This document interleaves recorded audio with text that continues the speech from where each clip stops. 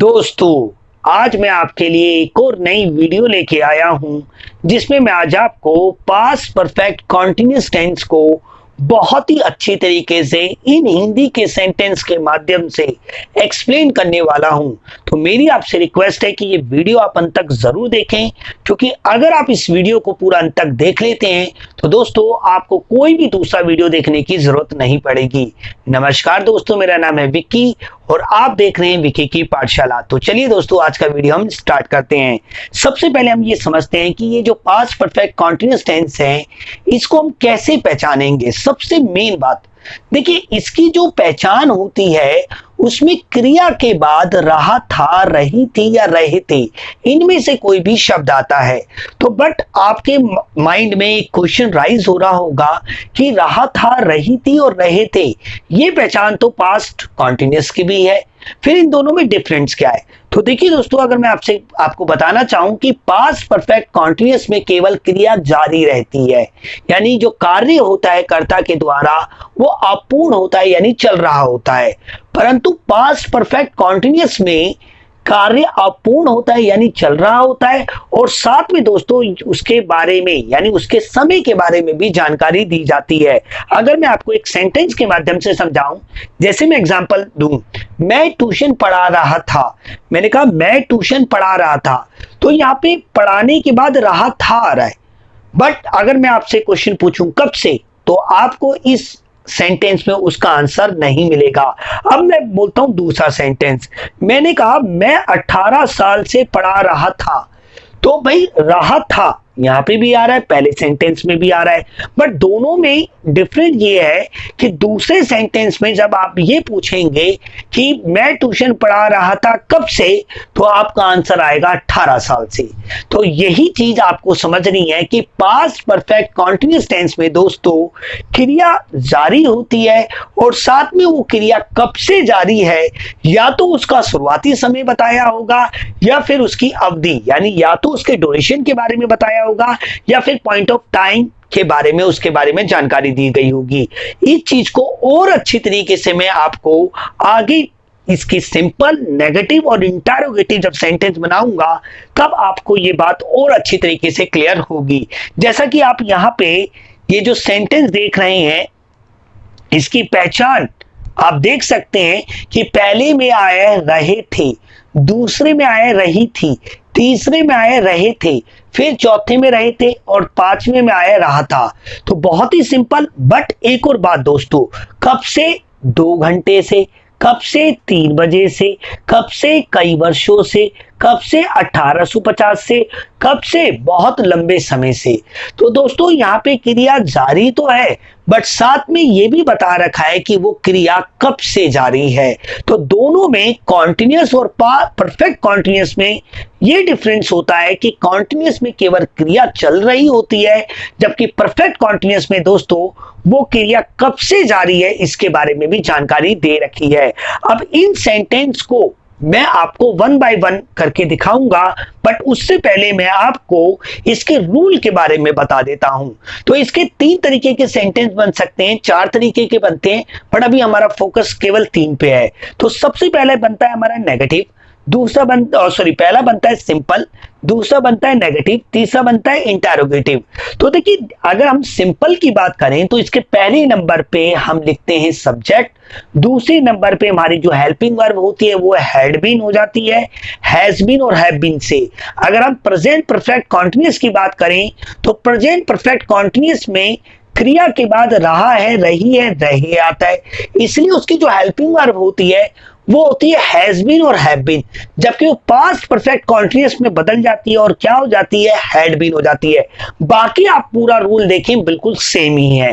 फिर इसके बाद हम वर्ब की फर्स्ट फॉर्म लिखते हैं, फिर उसमें हम चौथे नंबर पे उसमें आईएनजी लगाते हैं हमेशा, 5वें नंबर पे हम ऑब्जेक्ट लिखेंगे, 6ठे नंबर पे हम क्या लिखेंगे, एक्स्ट्रा लिखेंगे, 7वें नंबर पे हम सिंस या फॉर में से किसी एक का प्रयोग करेंगे, और 8वें नंबर पे दोस्तों हम लिखेंगे टाइम के बारे में। अगर हम इसका नेगेटिव सेंटेंस बनाना चाहते हैं या फिर इंटरोगेटिव बनाना चाहते हैं, तो मैंने आपका इसका लॉजिक बताया था कि जो भी आपकी फर्स्ट हेल्पिंग वर्ब होती है या स्टेटिव वर्ब होती है, उसके बाद आपने नोट लगाना होता है, जैसा कि यहाँ पे लगा रखा है मैंने नॉट।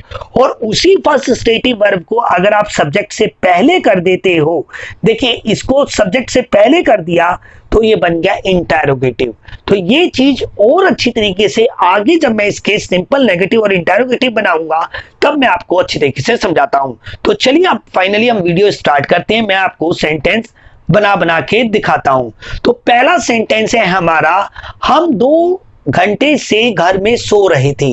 तो देखिए दोस्तों, किसी भी हिंदी के सेंटेंस को इंग्लिश में कन्वर्ट करने के 3 स्टेप मैंने आपको बताए। पहले स्टेप में आप क्या करते हैं, सब्जेक्ट, ऑब्जेक्ट, वर्ब और एक्स्ट्रा, इनको ढूंढते हैं। दूसरे स्टेप में आप उसे क्या करते हैं, आइडेंटिफाई करते हैं, यानी उसको पहचानते हैं आप। और तीसरे स्टेप में आप उसके रूल के अकॉर्डिंग उस सेंटेंस को बनाते हैं। तो ये 3 स्टेप हैं, जैसा कि मैंने आपको प्रेजेंट इंडेफिनिट से लेकर मैं 8 पार्ट इसके करा चुका हूं, सभी में मैंने आपको बताए। अगर आप इससे पहले के वीडियोस देखना चाहते हैं तो आपको आई बटन पे मैंने लिंक दे रखा है, आप पहले उन सारे वीडियोस को देखें और फिर ये देखेंगे तो आपको ज्यादा समझ में आएगा। तो चलिए अब इसको मैं बना के दिखाता हूं। तो भाई पहला सेंटेंस है, हम 2 घंटे से घर में सो रहे हैं। कौन? हम। क्या? बोलने से कुछ नहीं मिल रहा, किसको बोलने से भी कुछ नहीं मिल रहा। अब हम 2 घंटे से कहां सो रहे हैं, घर में। तो ये जो घर में है ना दोस्तों, ये प्रीपोजिशनल ऑब्जेक्ट है, ये डायरेक्ट ऑब्जेक्ट नहीं है, ये इनडायरेक्ट ऑब्जेक्ट नहीं है, ये प्रीपोजिशनल ऑब्जेक्ट है क्योंकि प्रीपोजिशन के साथ आया है। और सोना हमारा क्या है दोस्तों, एक वर्ब है। तो हमने सब्जेक्ट ढूंढा, ऑब्जेक्ट ढूंढा, वर्ब ढूंढी। और ये जो से है 2 घंटे से, देखिए क्रिया यहां पे भी चल रही है। अगर मैं ये 2 घंटे से हटा दूं और सिर्फ इतना कहूं कि हम सो रहे थे, तो इसको हम इंग्लिश में ऐसे बोलेंगे, we were sleeping at home. मैं कहूंगा we were sleeping at home. But यहां पे 2 घंटे से आ गया, तो क्रिया चल भी रही है और साथ में उसकी अवधि के बारे में बता रखा है, तभी ये पास्ट परफेक्ट कॉन्टिन्यूअस टेंस बन जाता है दोस्तों। अब इसे कैसे बनाएंगे इंग्लिश में, बहुत ही सिंपल। सबसे पहले हम क्या लिखेंगे, सब्जेक्ट, जो कि क्या है हमारा वी। वी के बाद हमारा क्या आएगा, हैड बीन। क्या आएगा, हैड बीन। बहुत ही सिंपल, वी हैड बीन। सोने को हम क्या बोलते हैं, स्लिप कहते हैं, और उसमें जब हम आईएनजी लगाएंगे तो क्या हो जाएगा, sleeping. We had been sleeping. अब घर में, घर क्या है, छोटा सा स्थान है, तो एट लगाएंगे, एट होम। अब सारी की सारी बात आती है कि हम इससे के लिए सिंस लगाएंगे या फॉर लगाएंगे। तो एक बहुत ही सिंपल सा लॉजिक मैंने आपको पहले भी समझाया था कि जो हमारा टाइम होता है, देखिए टाइम जो होता है वो 2 तरीके का हो सकता है, या तो वो स्टार्टिंग टाइम होगा,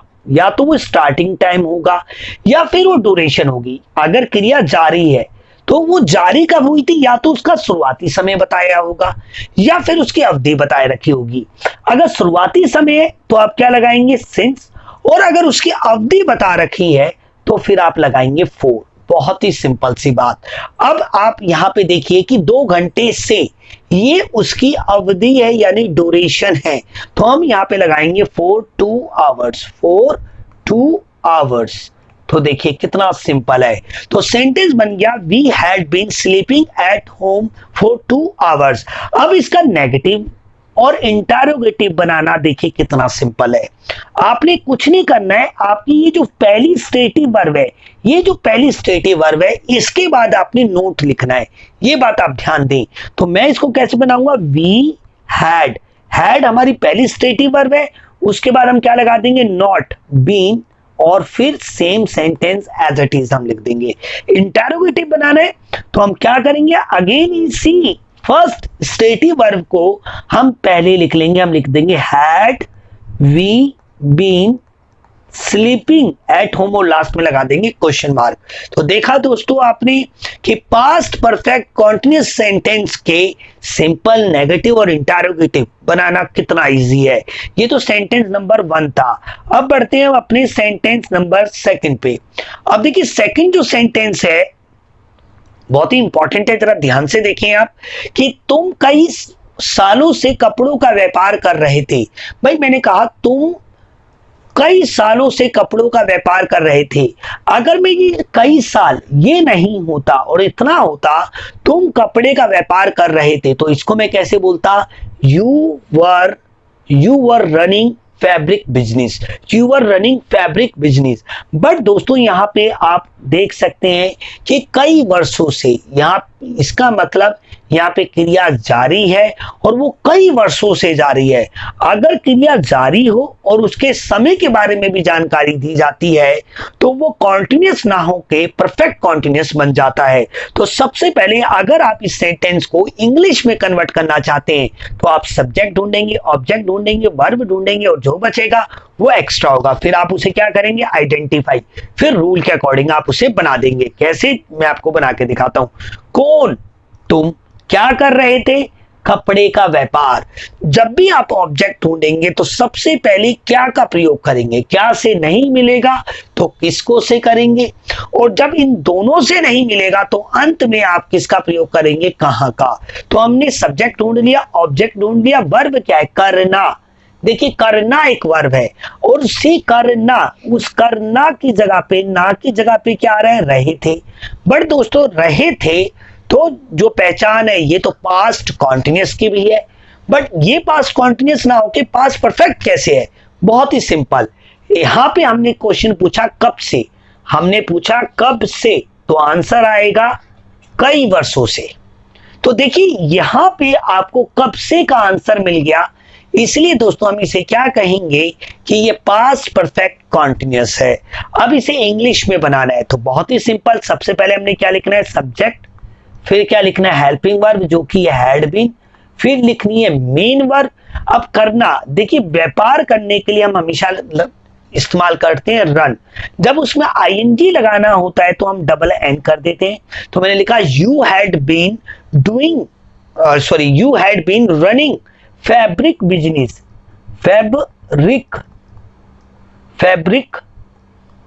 फैब्रिक बिजनेस हमने लिख दिया। You had been running fabric business. अब कई वर्षों से। अब प्रश्न उठता है, क्वेश्चन ये उठता है कि हम इस से के लिए क्या लगाए? सिंस लगाए या फॉर लगाए? आप मुझे बताइए यहाँ पे जो व्यापार किया जा रहा था वो कब से हो रहा था? कई वर्षों से। तो कई वर्ष क्या है? उसकी ड्यूरेशन है। क्या स्टार्टिंग टाइम बताया? नहीं बताया ना, इसलिए आप क्या करेंगे? For many years. देखिए फोर का प्रयोग आप तब करते हैं जब आपको पूरी जानकारी नहीं होती, यानी जो टाइम होता है वो पीरियड ऑफ टाइम होता है, यानी वो गिनती की फॉर्म में होता है। जैसे कई वर्षों से, 10 सालों से, 20 सालों से, 30 वर्षों से। जब भी आपको प्रॉपर जानकारी ना दी जाए समय के बारे में तो आप लगाएंगे फॉर, और अगर आपको बिल्कुल प्रॉपर जानकारी दी जाए, बिल्कुल सटीक आपको जानकारी दी जाए, तब आप लगाएंगे सिंस। तो आपने ये सेंटेंस बना दिया। अब इसका नेगेटिव कैसे बनाएंगे? बहुत ही सिंपल है नेगेटिव बनाना। मैंने आपको बता दिया कि इस हैड के बाद आपने क्या लगाना है? नॉट, और इसी को आपने क्या करना है? सब्जेक्ट से पहले कर देना है। कैसे? देखिए मैंने लिखा यू हैड नॉट बीन, बन गया आपका नेगेटिव। बाकी एज इट इज आपने लिखा। अगर इंटरोगेटिव की बात करेंगे तो आप इसे लिखेंगे हैड यू बीन, बाकी एज इट इज आप सेंटेंस लिखे और लास्ट में क्वेश्चन मार्क लगा दी, बन गया आपका नेगेटिव और इंटरोगेटिव। तो देखा आपने, इन नेगेटिव और इंटरोगेटिव बनाना बहुत ही ज्यादा इजी होता है दोस्तों। अब बढ़ते हैं हम अपने तीसरे सेंटेंस की तरफ। तीसरा हमारा सेंटेंस है दीपा गुप्ता 3 बजे से कंप्यूटर चला रही थी। अब जरा ध्यान दीजिए, गीता गुप्ता 3 बजे से कंप्यूटर चला रही थी। इस सेंटेंस को आप इंग्लिश में लिखना चाहते हैं तो सबसे पहला स्टेप क्या है? कर्ता क्रिया क्रम ढूंढो। कौन चला रही थी? बहुत ही सिंपल सी बात, कौन चला रही थी? दीपा गुप्ता, ये हो गया हमारा कर्ता। क्या चला रही थी? कंप्यूटर, ये हो गया हमारा डायरेक्ट ऑब्जेक्ट। चलाना, ये हो गई हमारी वर्ब। चला रही थी, ये हो गई हमारी पहचान। कब से? 3 बजे से। तो देखिए अगर ये 3 बजे से नहीं होता और इतना बोला जाता कि गीता गुप्ता कंप्यूटर चला रही थी, तो मैं इसको ऐसे बोलता, Deepak Gupta was operating computer, Deepak Gupta was operating a computer ऐसे बोल देता। बट यहाँ पे 3 बजे से, जो कि उसका शुरुआती समय, यानी दीपक गुप्ता जो कंप्यूटर चला रही थी वो स्टार्ट हुआ था 3 बजे, तो ये उसका स्टार्टिंग टाइम है दोस्तों। तो आप मुझे बता सकते हैं अब कि सिंस आएगा या फोर आएगा? सिंस आएगा, क्योंकि शुरुआती समय है। और देखिए 3 बजे एक प्रॉपर जानकारी है। घड़ी जो होती है, घड़ी का जो भी समय है वो एक प्रॉपर होता है, यूनिक टाइम होता है। तो इसलिए जब भी आपको समय की पूरी जानकारी दी जाए, जैसे किसी दिन का नाम दिया जाए, किसी महीने का नाम दिया जाए, कोई भी ऐसी जानकारी, ऐसा समय बताया जाए जो कि सर्टेन टाइम होता है, तो आप लगाएंगे सिंस, अदरवाइज आप लगाएंगे फोर। तो देखिए बहुत ही सिंपल, मैं इसको बनाऊं तो मैंने लिखा दीपा, फिर मैंने लिखा गुप्ता, दीपा गुप्ता हैड बीन, मैंने लिखा Deepa Gupta had been operating a computer. अब देखिए मैंने लिखा Deepa Gupta had been operating a computer 3 बजे से, तो इस से के लिए क्या लगाएंगे हम? Since 3 PM। अगर दोपहर के, रात के 3 बजे तो AM, और अगर दिन के ही है मतलब रात की है तो आप ओ क्लॉक भी लगा सकते हैं। तो सारे ठीक है।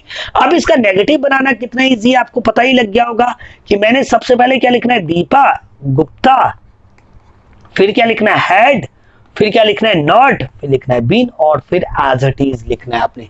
इंटरोगेटिव भी बनाना आपको बहुत इजी लग रहा होगा। Had Deepa Gupta had Deepa Gupta been operating a computer since 3 o'clock या सिंस 3 PM। तो आपने देखा नेगेटिव और इंटरोगेटिव भी आपने बना दिया। अब बढ़ते हैं हम अपने चौथे सेंटेंस की तरफ। चौथा सेंटेंस है हमारा कि वे 1850 से हमसे युद्ध लड़ रहे थे। अगर मैं सिर्फ इतना कहूं कि वे हमसे युद्ध लड़ रहे थे, तो मैं इसको कैसे बोलूंगा?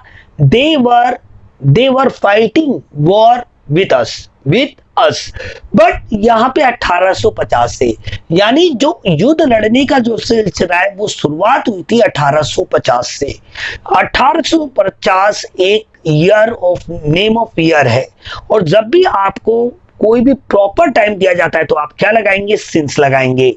तो सबसे पहले मैंने सब्जेक्ट ढूंढा जो कि है वे क्या कर रहे थे? युद्ध किससे? हमसे, ये ऑब्जेक्ट सेकंड हो गया।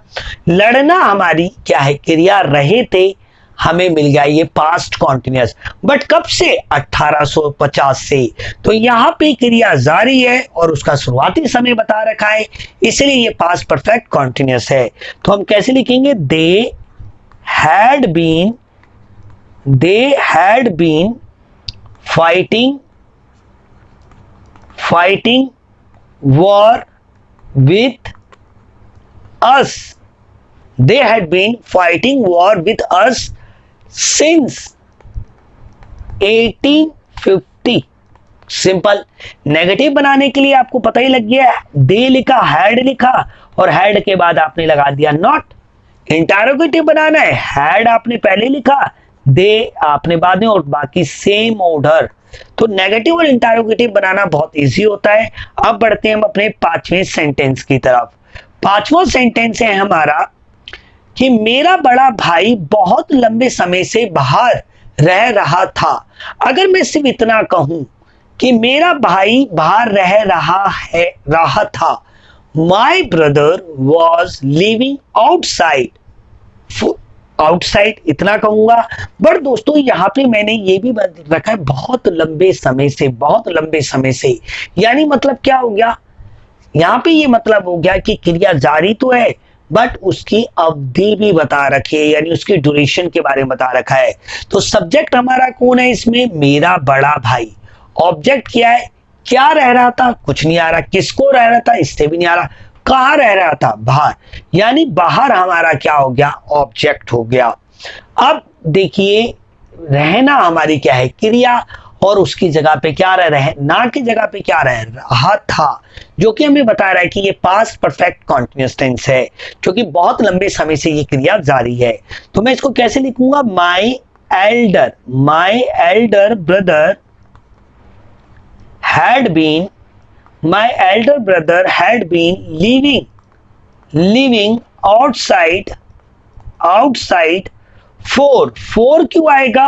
क्योंकि आपको यहां पे जो टाइम है उसकी प्रॉपर जानकारी नहीं है, बहुत लंबे समय से, कितने लंबे समय से ये पूरी जानकारी नहीं है, तो 4 वेरी लॉन्ग टाइम।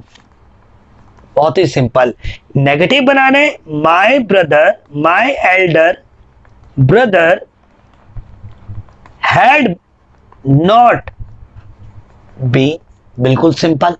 इंटरोगेटिव बनाना है तो आपने क्या करना है, हैड लगाया, माई एल्डर ब्रदर, बाकी एज इट इज आप लिखेंगे, लास्ट क्वेश्चन मार्क। दोस्तों अब मैं आपको दिखाता हूं जो पिछली क्लास में यानी पिछले वीडियो में मैंने आपको पास्ट परफेक्ट कॉन्टिन्यूअस यानी पास्ट परफेक्ट टेंस का जो मैंने आपको होमवर्क दिया था उसका सॉल्यूशन आप अपनी स्क्रीन पे देख सकते हैं। यहां से आप अपने आंसर को चेक कर लेना, मैंने पहले से सॉल्व कर दिया था, अब आप इसे देख लेंगे। और आज का होमवर्क यानी पास्ट परफेक्ट कॉन्टिन्यूअस का होमवर्क आपकी स्क्रीन पे है, जिसे आपने करके रखना है। अगर आपके मन में कोई भी डाउट हो, कोई भी वर्ड मीनिंग आप मुझसे पूछना चाहते हैं तो आप मुझे कमेंट में जरूर लिखें, मैं आपको आंसर जरूर दूंगा। तो मिलते हैं दोस्तों अगले वीडियो में। जय हिंद, जय भारत।